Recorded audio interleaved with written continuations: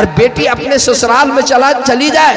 हम लोग तो रेंट का मकान लेकर के और किराए का मकान लेकर के और हम अपनी बाकी जिंदगी को गुजार लेंगे।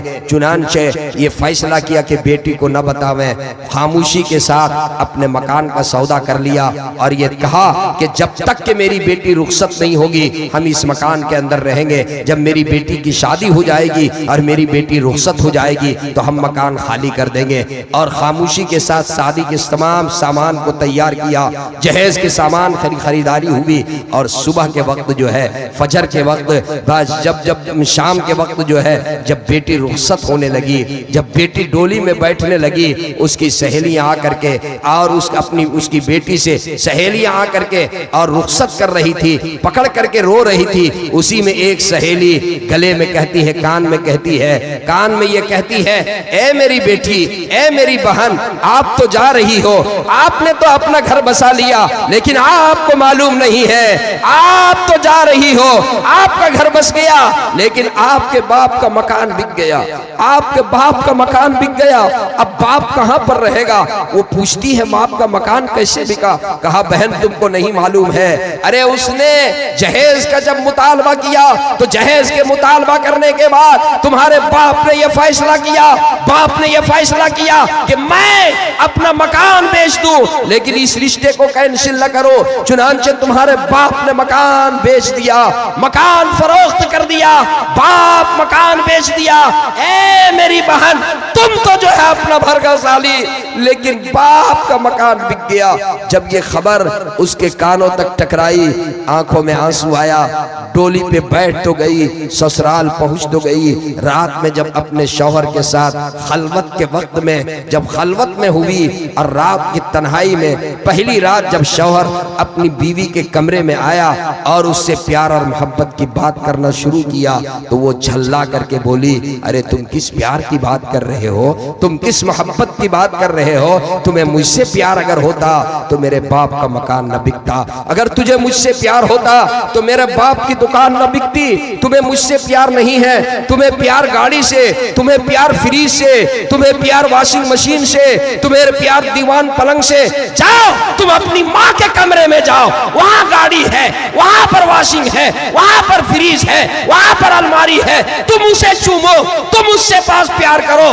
तुम्हें मुझसे अगर प्यार होता तो मेरे बाप का मकान न बिकता, मेरे बाप की दुकान न बिकती। तुझे मुझसे प्यार नहीं है, तुझे तो उस सामान से प्यार है। शौहर ने कहा, अरे पगली, आज पहली रात है, आज लड़ाई झगड़े की रात नहीं है, अरे लड़ने के लिए तो पूरी जिंदगी बाकी है, आज प्यार और मोहब्बत की बात है। कहा कि नहीं नहीं, प्यार और मोहब्बत की कोई बात नहीं है, बात तो पहले इस बात की होगी कि तुम्हें किससे प्यार है, आया मुझसे प्यार है या वो सामान जहेज से प्यार है। थोड़ी देर के लिए वो सकते में आती है, एक चीख मारती है और उसकी रूह परवास कर जाती है, एक चीख मारती है, रूह परवास कर जाती है।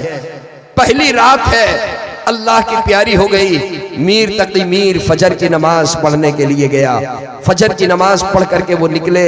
पूरे शहर के अंदर चर्चा हो गया, पूरे गांव के अंदर चर्चा हो गया, पूरे इलाके के अंदर चर्चा हो गया कि मीर तकी मीर की बेटी जो रुखसत होकर के आज ही तो आई थी, वो रात अल्लाह की प्यारी हो गई, वो रात इंतकाल हो गई, रात उसकी जान चली गई। मीर तकी मीर को खबर देने वाले ने आकर के खबर दी, मीर तकी मीर, आपकी बेटी अल्लाह की प्यारी हो गई। मीर तकी मीर अपना घर गया और एक थैले के अंदर एक चादर डाला और चादर डाल करके और अपनी बेटी के ससुराल की तरफ रवाना हुआ।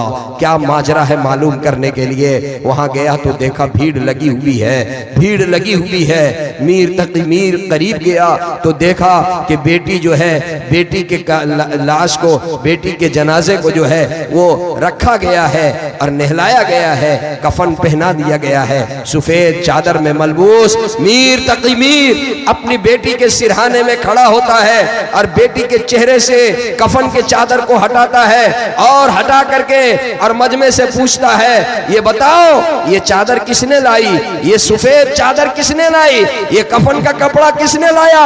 मैंने तो अपनी बेटी को लाल जोड़े में रुखसत किया था, मैंने तो ये चादर नहीं दी थी, मैंने तो ये कपड़ा नहीं दिया था, ये कपड़ा किसने लाया? किसी कहने वाले ने कहा, मीर तकी मीर, ये आपके दामाद ने ये चादर, ये कफन की चादर, ये कफन का कपड़ा आपके दामाद ने खरीद करके लाया।